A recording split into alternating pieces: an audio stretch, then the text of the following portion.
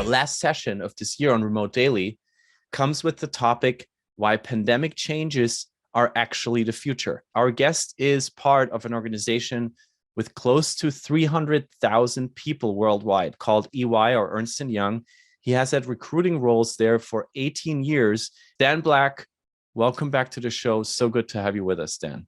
Felix, it is good to be back. Anytime I get a repeat invitation, that's always a good sign. Sometimes I'm invited places and it's like, well, that we've had enough of him. So it's really nice to be back with Remote Daily. Thanks for having me.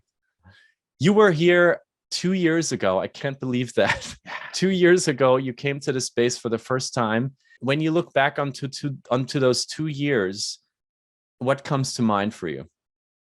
I mean, like everyone else, I think the word of the day, we actually had it on a Zoom bingo card, was unprecedented. We came across so many things that there was just no playbook for.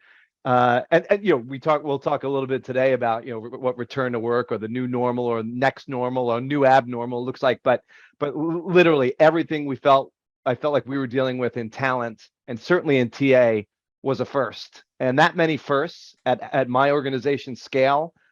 Unsettling is probably another word. Okay, so whatever the next thing is, if it's a little more settling or a little more precedented, that'd be very welcome.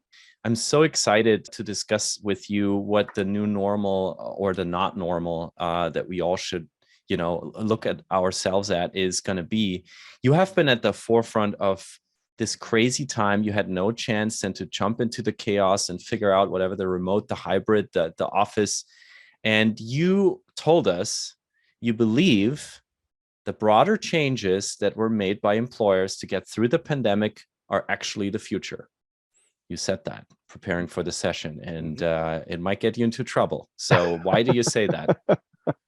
No trouble at all. In fact, it's something that yet another reason anyone that knows me for any length of time knows how passionate I am about working at EY.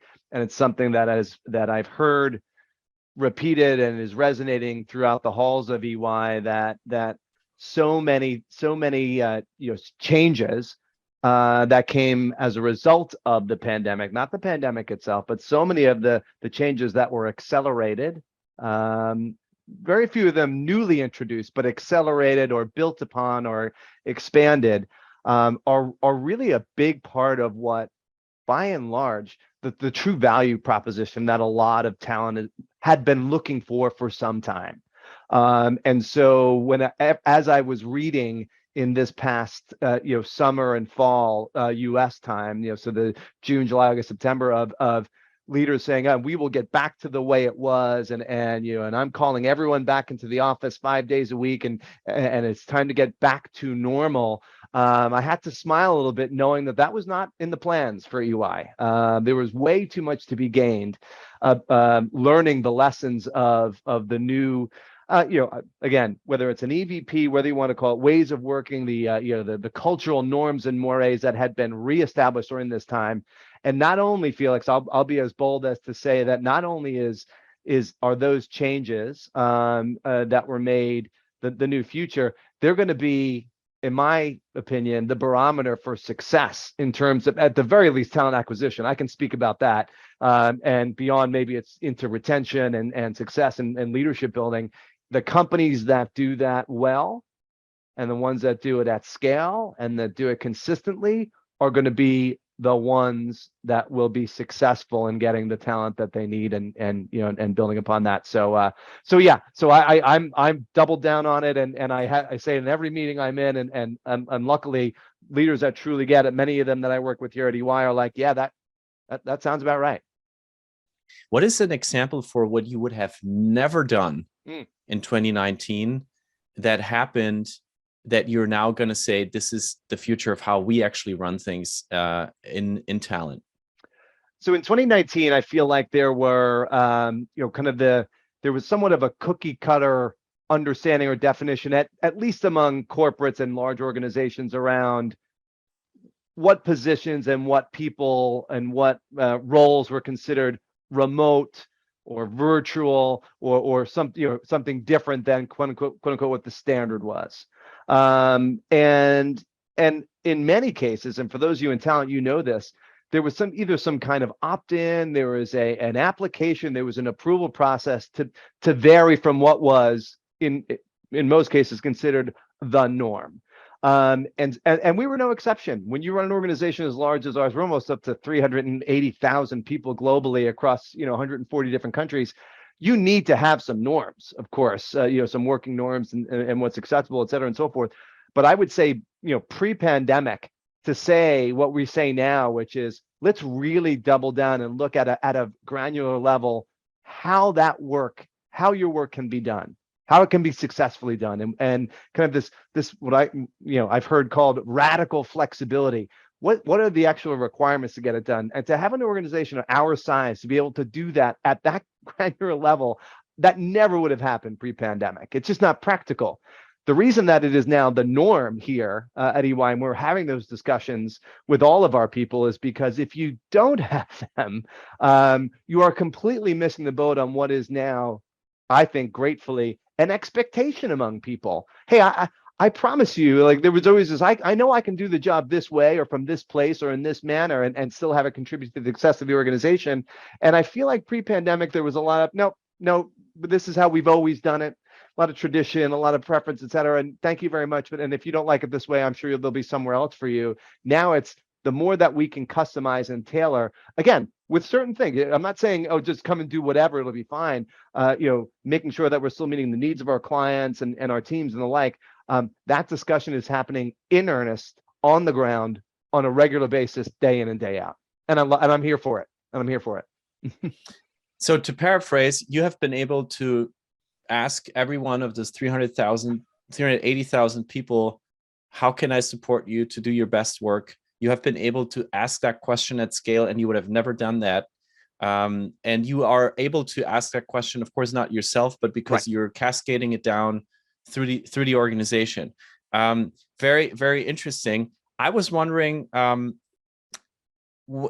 there's this tipping scale, power scale, employers, employees, and it always seems to go back and forth throughout the entire pandemic. It seemed to be on the employee side, and now it's like, recession, maybe it's us again. Where do you see it at the moment? Who really has the power, employers or employees? So I still think that the majority of the power still rests with the employees. And I say that simply because there are still quite a few levers that those employees can pull and push that are still very powerful. I mean, if you look what's happening in the UK right now, the strikes across multiple industries, the transportation and and the hospital system, et cetera, whether that's voting with your feet and opting to go elsewhere, even if elsewhere is not anywhere for the moment, I'm going to hunker down a little bit. Those options are still there, and absolutely, the looming threat of a global slowdown or a downturn in the economy certainly does transfer, at least optically, some of that power back into employers' hands. That said, Felix, this is something I mentioned to you at one point. I think there's this a tendency to look at the average, like, is it here or is it there? And if you look broad brush, certainly people will have different opinions on that. But when you get right down to it, on those populations that any of you on this call are the most sought after talent, the most scarce skills that are out there, the people your organization cannot be successful without. When you look at those populations, there's no question that the power is still with them. Certainly I've seen a lot of companies that are scaling back on their recruiting goals and maybe, taking a bit of a pause to see how the economics play out. But I will tell you, and this is very true of our own organization, those much sought after skills, the very top talent that we're looking for, it is still guns blazing and full steam ahead hiring for that group. No question about it. So do you see a lot of goblin mode, which I guess translates into a more elegant way of saying, are we still in the Great Resignation? Do you still see that? I always thought that was a misnomer to begin with. There was nothing great about the Great Resignation. When I, speaking with my employer and my recruiter hat on, right? Because a lot of the hiring that I did, so last year alone, my organization, we hired 160,000 people. I don't want to do that again. A fair amount of that hiring certainly was growth and new opportunities, but a lot of it was also backfilling what was a higher turnover. Like most companies, during the Great Resignation, we saw a lot more turnover. And I look, some of that is still happening. So there's still kind of the long tail of the Great Resignation, simply because it's my opinion, and I have lots and lots of data points around this, that people are now more than ever, and still to this day, willing to make a move, take a chance, put the career on hold for some period of time if they're not seeing what and hearing and getting what they need from their employers. That is still more the case than not. And I think there is a part of the population that says, oh, well, clearly if there's fewer job openings, if the economy is a little bit softer, people will just stay because there's the financial security, and there is a population that will do that.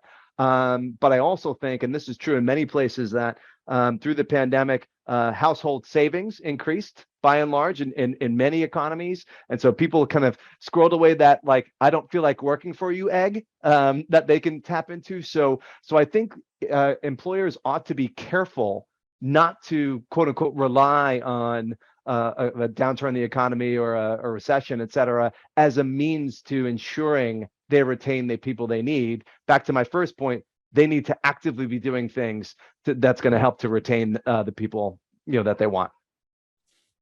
This return to normal, it's as this phrase, just like the Great Resignation, has just cemented itself as a catchphrase. And you just described that there's no way back, but there is a lot of push. There is a lot of push into the other direction. And yeah, I understand, and I'm sure that there are people for whom the office is a very, very important physical space and place. But I also just want to be super subjective here for one, just say, for me, it is not. And I'm not one of them, and I'm not alone. And I wonder just what you, and maybe bringing Elon Musk here is in here is a complete over exaggeration for leaders that are pushing people back to the office, but maybe not. So what do you say to the Elon Musks in the world, or to everybody who is completely pushing back into the office and is arguing that these changes that were made are not sustainable? Like, what is something that people could actually say or do? What is something that you recommend on how to fight back? Yeah. So there are a couple of groups that are really making this push for kind of the return to yesteryear, right? You mentioned the traditionalists, people like, well, being in an office just the way it goes, that's how I like to do it, or I don't like my home, so I want to be away and be in the office. There's the financial caretakers. Hey, we have people here, though they tend to be more productive. Not true, by the way. We've paid for office space, let's get it filled, those kinds of things. And then there's the, hey, we need to revive our communities, et cetera. So there's lots of good reasons. By the way, I'm not suggesting that full remote is by any stretch of the imagination the way to go. And I feel like what's happening in this conversation, Felix, is like so many other things in our country and other countries, there's an A side and a B side. And everyone's digging in their heels on what seems to be all too often the most extreme position on those sides. And then anything else, they're just shutting down to any other possibility. So what I say to people that say we need to get people back in the office, I say, yes, we absolutely do. You can't be successful in our business without being around our people and our clients. The answer is yes, we do. But do we need to do it in the same way we've been doing it? Absolutely not.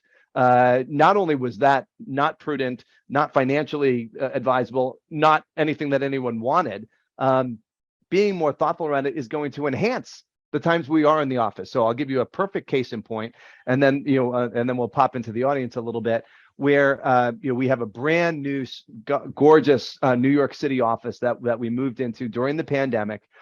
We had been in Times Square. We're now in Hudson Yards. It's a stunning space with lots of stuff around it. And rather than saying, hey, everybody come in every day and let's fill this gorgeous space, it was, hey, here are the things that are happening on the different days during the week, so that you can come in and engage and interact and be with each other and network, all of which, by the way, are great reasons to be in the office versus the FaceTime because I said so, because of history. And then in addition, one of the things I loved about our New York office group said, hey, let's create neighborhoods so that when you do come in, you're going to be assigned to, you'll have an open space, like you'll have to, book a space, but you'll be assigned in an area that traditionally has people from your group or practice that sit in that space. So when you do come in, it's meaningful because like, oh, I'm going to interact with someone that maybe I was on a project with, or that's in my group. And so just being more thoughtful and deliberate about it. So that's my answer is, I'm not saying no. No one would say, hey, full virtual is the way to go for every position, especially in an industry like mine. What I'm saying is, let's just be more thoughtful about it, because you know what? Your employees have gotten the opportunity sitting at home to be very thoughtful about it. Wow. So basically, people are much more deliberate, much more cautious, and take their time, their own time, much more seriously. So what you want to do is, and you want to go to the people and say, let's go back to the office and say, no, let's build connective tissue in the virtual so that we can make the physical encounters much more valuable and more precious, and not just the situation that I think many have now experienced, going back to the office and say, hey, Joe, and Joe says, I'm on a Zoom. Sorry, I can't talk right now. Right. So you actually want to make that moment special, and you want to be very deliberate about where you're sitting people, where you're putting people, and what they do while they're there, and not just, oh, glad you're back so I can observe you again. That's right. That's right. With your headset on and your, Yeah. and yeah. So one of the things that we started doing by function, so for me and TA, but also our learning organization, others, was to sit down and say, how do we create more of those moments that matter? How do we build more time? So the example there, our learning organization, we still have live training, absolutely, but we looked at those things like, where does that not make sense and where doesn't make sense? And the ones that do make sense are the ones that build in the most networking, participation, group work, et cetera. And so even just separating those out from what most of us would rather do kind of on our own time or at our own convenience, by doing just that, you're able to satisfy the, hey, we're going to come back, we're going to be together, without making it feel like, gosh, we always have to do this and I don't have the flexibility. Still having the access to leadership and executives and those kinds of things, I think, is really smart. It's something that if you play your corporate cards right, you can actually do better. So our global CEO, Carmine DeCibio, I've known Carmine for almost 30 years. We worked together on an audit engagement when I first started. He's a funny, witty, smart, engaging guy, and I want to put him in front of interns and new hires and the like. And doing so, I mean, he's based in New York. He travels quite a bit. He spends a lot of time with our clients, as you might imagine. And getting him in front of people it was a challenge. You know what? It's less challenging now. If you can get your hybrid and remote right, I've been able to put Carmine in front of scores of people. Granted, two-dimensional, but that's better than no dimensional, and answering questions and interacting. And he's the kind of, and look, I could cite tons of leaders at EY. I'm just using his as an example, but you can provide more access. So, and to your point, and more inclusive and equitable access to people that would never have that kind of thing. And I'm talking about people from our smaller offices, smaller schools. I've done quite a few interactions with schools that I physically couldn't get to during the pandemic, that economically probably wouldn't make sense for me to get to non-pandemic. But now that we're getting so much better with some of this async and the virtual stuff, I'm able to connect with students I never would have met, and so glad that I did from a campus recruiting standpoint. So again, there's a lot of ifs there. You got to, if you get it right, if you have the right tech, if you have people that are willing to embrace the fact that this new abnormal has some huge advantages as well, you can really come out on the other side with some great results. Dan, I want to put you on the spot here. When it comes to the new people that you're recruiting, you said the number 160,000. I have no way of even imagining that. But if you try to break it down, this is your day in, day out. You're thinking about how to recruit and how to retain. What keeps you up at 3 a.m? What are the real challenges that you see in dealing with the new recruits?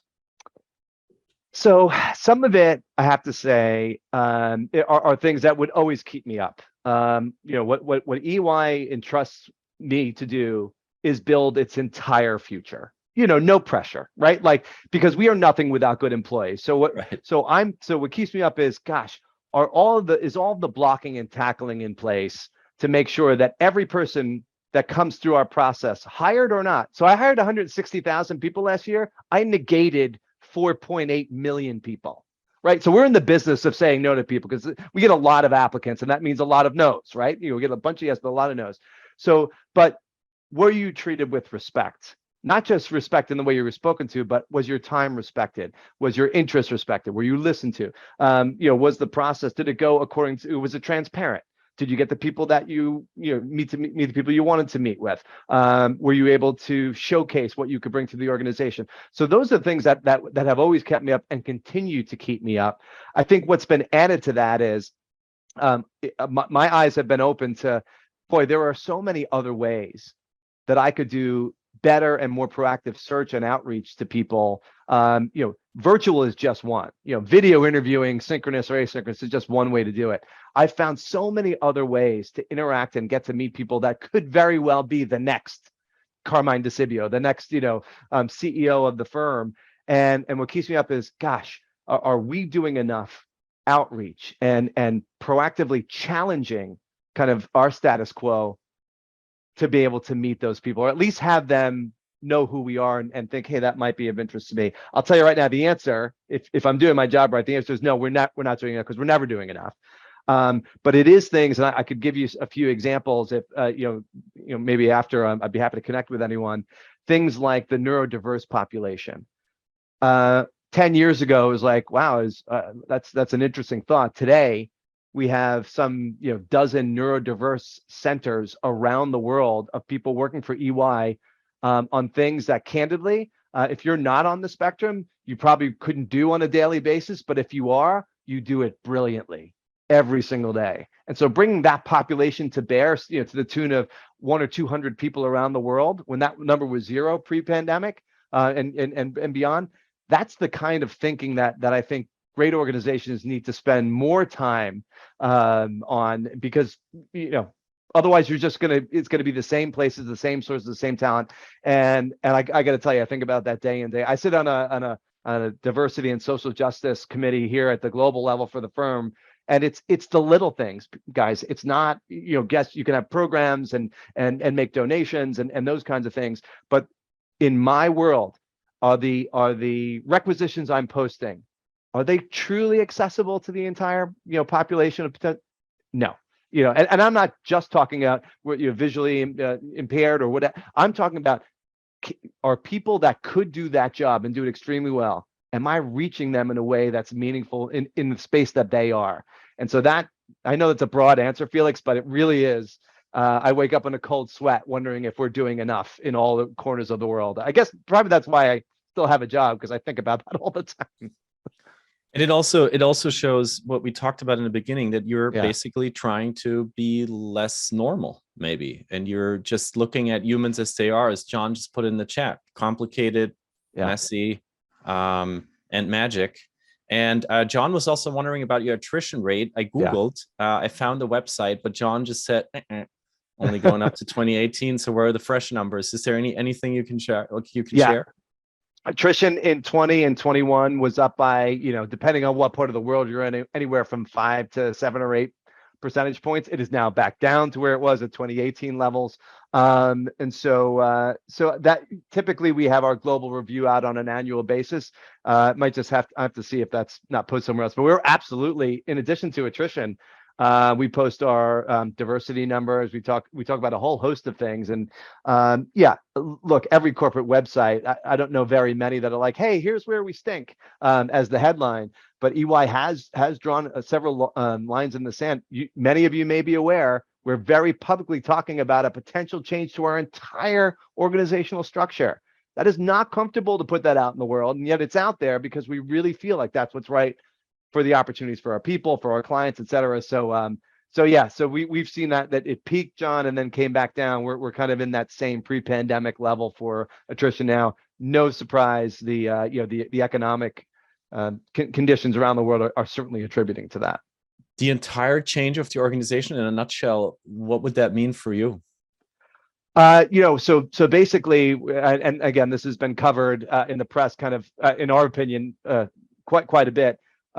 Would we be better served serving our clients as two organizations instead of one. One that's focused on our attest, our assurance, our audit work, one that's more in our consultative work. And there's lots and lots of really great reasons that I could do a whole separate podcast on why I think that makes great sense for trust and transparency and opportunity for people. But in our value statement is a phrase that I use all the time, that we're inclusive, we're equitable, we're energetic, but we're people that have and here's the phrase, courage to lead. Can you do hard things? And the pandemic, put a lot of people to the test without, no one opted into that pandemic. A decision like this to really look long and hard and very publicly at what the future of the profession could look like. I think it's bold, and I think it is courageous to put that out there. I wanted to ask you a more personal thing, Dan, because I know that you have children and you are very, very active in your, I don't even know if I want to call it spare time, but you're somehow taking that time to be, I think, a volunteer firefighter, but also a sports coach. So you're constantly supporting and surrounding yourself with younger folks, not only at global scale, but also in your own community. So I've heard from so many friends who have, younger folks at home, different age groups, the crazy impact of those 2 years that we have behind us, that came out in so many different ways, positively, negatively, challenging, exciting, but there is a strong impact. And I was wondering, when you think about, this next generation all the time, like what do you think, looking at 2023, at the people that are now entering the workforce, like what do you think is it that they need the most to actually thrive in this weird, messy, wondrous time that we're living in? Yeah. I mean, a few things, right? So there are skills and competencies and outlooks that have been, talked about for time immemorial, good teaming skills and interpersonal, being able to communicate, understand, and and be inclusive, and all of those things, in my view, still ring true. I think I would add a couple of things. Lifelong learner, it has to be in there, in my view. What you come to the organization with. I came as a fresh graduate with a real good skill in debits and credits. I was an accounting major. Today I head up one of the largest TA functions in the world. The two have nothing to do with, well, not nothing, but very little to do with each other. So being able to learn new things and new ways of working, I think, is number one. Growth mindset. What is that quote? Like, things will never be they're never as fast, never be at this slow again. The state of change and the pace of change will never be as slow as it is today. And that's petrifying, right? Because it feels like things are going a million miles an hour. But having a growth mindset, being able to see, the future for what it is, being somewhat of an optimist while still being a realist. Those don't need to be mutually exclusive. I think that is another thing that's absolutely huge. And I'll say it because it hasn't been talked about for a while, because it's been all pandemic all the time. The ability to interact with and create true teams and relationships in and among different generations, and within those generations, kind of the subgroups within those generations, has never been more critical. Some 70% of or 80% of our firm is under 30. The leadership is like 80% above 40. How do you get those two things to jive? It's by understanding each other, what's formed, the key influences in your life, the milestones in your life, and companies now more than ever have to do that. In fact, back to what we said before, Felix, some of the people are saying come back to the office because it's all they've ever known. But if you look at a 20-something who all they've known has been hybrid from a work experience, you have to listen to that experience and what that means, because if you don't get those two to reconcile, you're going to have both sides of that equation being unhappy and unsatisfied. Elon Musk, obviously, for everybody looking at leadership at the moment, it's like a car crash, right? It's hard to look away. And I wonder, as a people leader, I mean, we see people leaving in droves, this organization, even without the chop cuts. Any advice, Dan? Well, yeah, I do have a piece of advice. It's the one, well, two pieces, and both of them were given to me by extremely smart people in my life. One was our former CEO of EY, a great guy, Mark Weinberger, who said, try to listen for the signals through the noise. So much, like if you can death scroll through Twitter or Instagram or TikTok or any of them, and the noise is been at a level that, and it's only going to get worse, by the way. And when I say noise, everyone's got something to say. In their minds, it's got credence. And if you have a microphone or a pulpit, in which case Elon does at the moment, that noise just seems to get louder and louder. It doesn't make what he's saying any more or less true. I don't, if you're an Elon fan or not, right? But listening for what are the true signals in that noise. Of all things being said, what can you pull out of that that's going to help you, move forward and do something positive in your life, in your career, et cetera. And so when I find myself death scrolling, I stop myself and say, what can I pick out of all of this dialogue? And lately it's been a lot of negative, like, hey, there's just a lot of dissonance. There's a lot of us and them. But then what can I do to help bridge some of that? Look at your own family. I'm sure many of you have sit on one side of your political spectrum with another family member who's squarely on the other side. How do you bridge that gap? So that's kind of piece of advice number one. The second one is people always talk about being mindful of how and where you spend your time. I get that, time is precious. I say more important to be more conscientious about how and where you spend your energy and your attention. I gave you the example, this review that we're going through to potentially split the firm into two organizations takes up a lot of energy, and you can get caught devoting your energy to things like worrying or what this means for me and the have-nots of this equation, et cetera. Or you could spend it saying, how do I use my current position and what I have influence over to help make it as successful as possible, to help other people, get comfortable with what's happening, and when they're not, to help to find some answers. So I think finding energy and channeling your energy is every bit as important, and in my opinion, more important than where you spend your time. So those would be my two pieces of advice. Fantastic. I love that. I love that you're just turning it away onto every one of us. And Jeremiah, our guest last night, just said, just put your phones down. Yeah, it's not good. So I'll add that here. And we have one last question from Brendan here for you, Dan, before we close the show today. It's about LinkedIn, and it's about the cold connections, and it's about this machine that LinkedIn is, of course, that is supporting and sometimes probably also not supporting your work, because it has become such a noisy place as well. How do you deal with that? There's two questions in here from Brendan, but I would like to maybe focus on one of them. What do you say to a current job searcher like Brendan, in terms of when he interacts with people working at EY? How good is this funnel LinkedIn actually working? So I would say, more specific, if you like cold connecting, I'm not a big fan.